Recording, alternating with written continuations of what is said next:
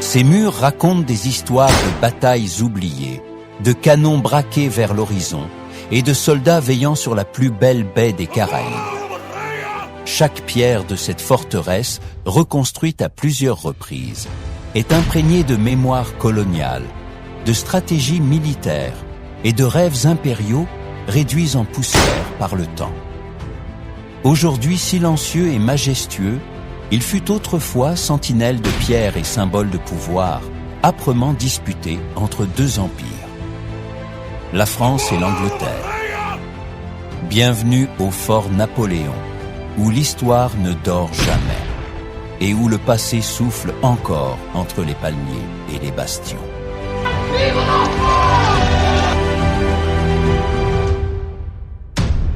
Bienvenue dans Les Trésors de la Guadeloupe, la chronique hebdomadaire animée par Stefano de Enjoy Guadeloupe. Chaque semaine, partez avec nous à la découverte des richesses culturelles, naturelles, historiques et gastronomiques de cet archipel unique des Caraïbes. À travers des rencontres authentiques, des histoires locales et des lieux parfois méconnus, Stefano vous emmène au cœur de la Guadeloupe pour mettre en lumière ceux et celles qui font vibrer l'île avec leur passion, leur savoir-faire et leur attachement à leur territoire. Du rhum d'exception aux traditions créoles, des paysages volcaniques aux plages de sable fin, des artistes aux agriculteurs engagés, les trésors de la Guadeloupe vous invitent à écouter, ressentir et aimer la Guadeloupe autrement. Abonnez-vous pour ne rien manquer et laissez-vous transporter chaque semaine par une nouvelle pépite de l'île aux belles eaux.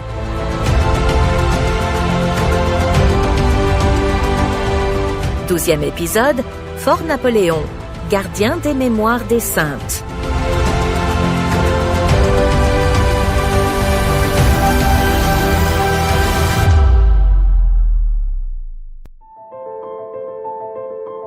Le voyage à travers les trésors de la Guadeloupe nous mène aujourd'hui à Terre-de-Haut, une perle des Caraïbes nichée au cœur du merveilleux archipel des Saintes. Cet archipel pittoresque, réputé pour ses paysages naturels originaux, dégage un charme unique en son genre. Les maisons colorées aux toits rouges éclatants, nichées entre les baies et les collines verdoyantes des deux seules îles habitées, Terre-de-Haut et Terre-de-Bas, se dévoilent aux yeux des visiteurs tels deux tableaux naïfs singuliers.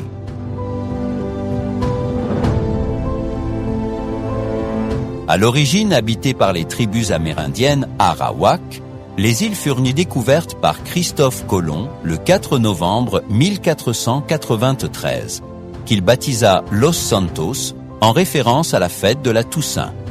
En 1782, elles furent le théâtre de luttes acharnées entre Français et Anglais, aboutissant à la bataille des Saintes le 12 avril de cette même année, remportée par les Britanniques. En 1816, les Français reprirent possession des îles et érigèrent deux fortifications majeures, le fort Joséphine sur l'île de Cabri et le fort Napoléon sur le Morne, à Myre, à Terre-de-Haut. Comme annoncé, notre étape du jour est le fort Napoléon. Imposante construction perchée au sommet de la colline Myre à 114 mètres d'altitude, offrant un magnifique point de vue sur une baie considérée parmi les plus belles du monde. Baignée par un soleil éclatant qui fait scintiller la mer Azur, cette anse pittoresque met en valeur le vert luxuriant des collines environnantes et magnifie les couleurs vives des petites maisons aux toits rouges. Depuis ce site, outre la baie de Bourg, on peut admirer les îles de la Dominique, de Basse-Terre et de Grande-Terre.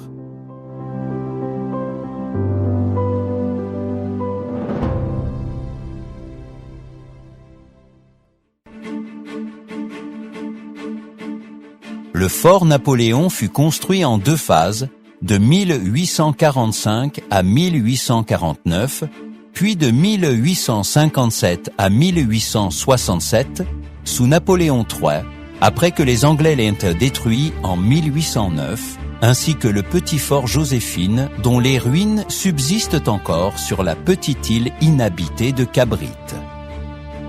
Classé monument historique depuis 1997, il est aujourd'hui le gardien de l'histoire de cette terre et de la bataille de 1782 qui opposa Français et Anglais, abrite plusieurs salles d'exposition et un magnifique jardin botanique dédié aux plantes succulentes telles que cactus, aloès, yucca, offrant une vue spectaculaire sur la baie en contrebas. Pendant la Seconde Guerre mondiale, sous le régime de Vichy, le fort servit de prison pour des Français d'origine italienne et libanaise. Sous les voûtes des grandes salles sont présentées des reconstitutions de bataille, des techniques de navigation, l'histoire de la colonisation et l'évolution des espèces botaniques présentes sur l'île.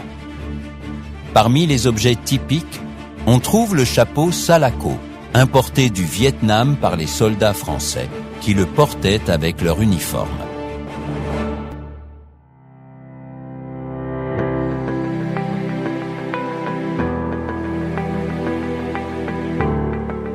Bien que les murs du fort Napoléon appartiennent au département, c'est l'ASPP, l'Association pour la sauvegarde du patrimoine des Saintes, qui en assure la gestion depuis 1980, grâce à l'initiative de l'ancien maire Robert Joyeux.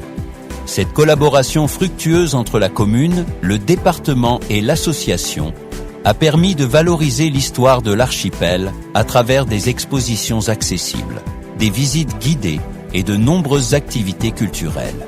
Visiter le fort, c'est non seulement plonger dans la mémoire de l'île, mais aussi contribuer activement à la vitalité des initiatives locales et à la protection du patrimoine culturel des Saintes. Depuis sa création, l'association s'est engagée à promouvoir et préserver la richesse historique et environnementale du territoire saintois.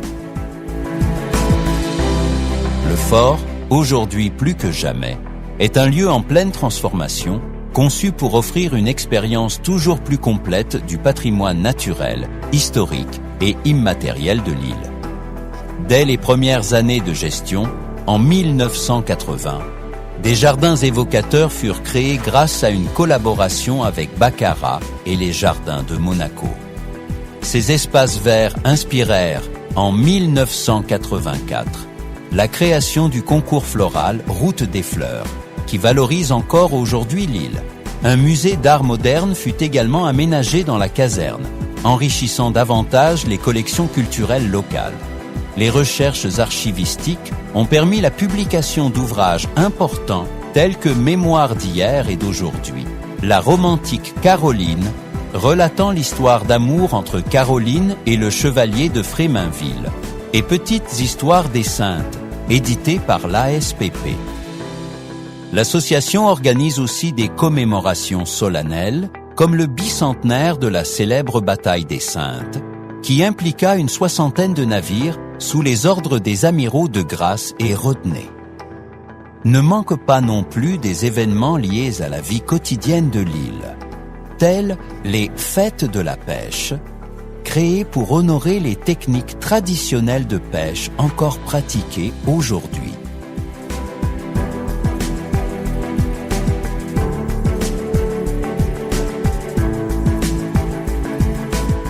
Pour visiter le fort Napoléon, il faut donc rejoindre l'île de Terre-de-Haut, en partant de Pointe-à-Pitre et Saint-François sur Grande Terre, ou du port de Trois-Rivières sur Basse-Terre.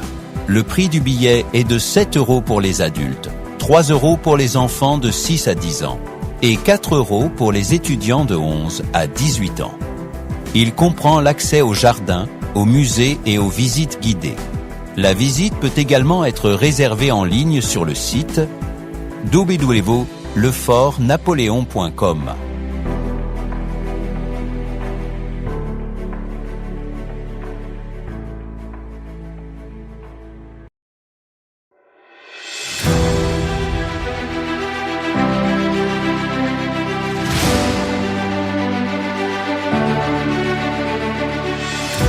Et tandis que nous quittons le fort Napoléon, le bruit de nos pas se mêle encore à l'écho silencieux de son histoire. Devant nos yeux, le bleu intense de la mer des Saintes semble vouloir effacer la mémoire des batailles, mais le vent qui souffle entre les bastions porte encore le souvenir de ceux qui ont défendu ces murs. Parmi les jardins silencieux et les canons pointés vers l'horizon, demeure l'impression d'un lieu suspendu entre force et fragilité, entre passé et présent. Un dernier regard vers les terrasses panoramiques, et l'île de Terre de Haut nous enveloppe de sa beauté sereine, comme pour nous rappeler qu'après les jours les plus sombres, la lumière trouve toujours le chemin du retour.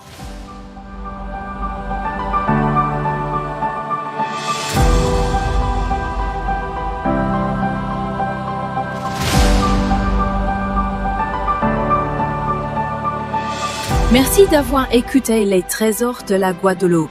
Si cet épisode vous a plu, abonnez-vous au podcast sur Spotify, Amazon Music, Apple Podcasts. Laissez un avis et partagez-le avec ceux qui aiment découvrir des histoires authentiques. Pour ne rater aucun épisode, activez les notifications et suivez-nous aussi sur les réseaux sociaux de Enjoy Guadeloupe. On se retrouve la semaine prochaine pour une nouvelle histoire, un nouveau visage, un nouveau trésor à découvrir.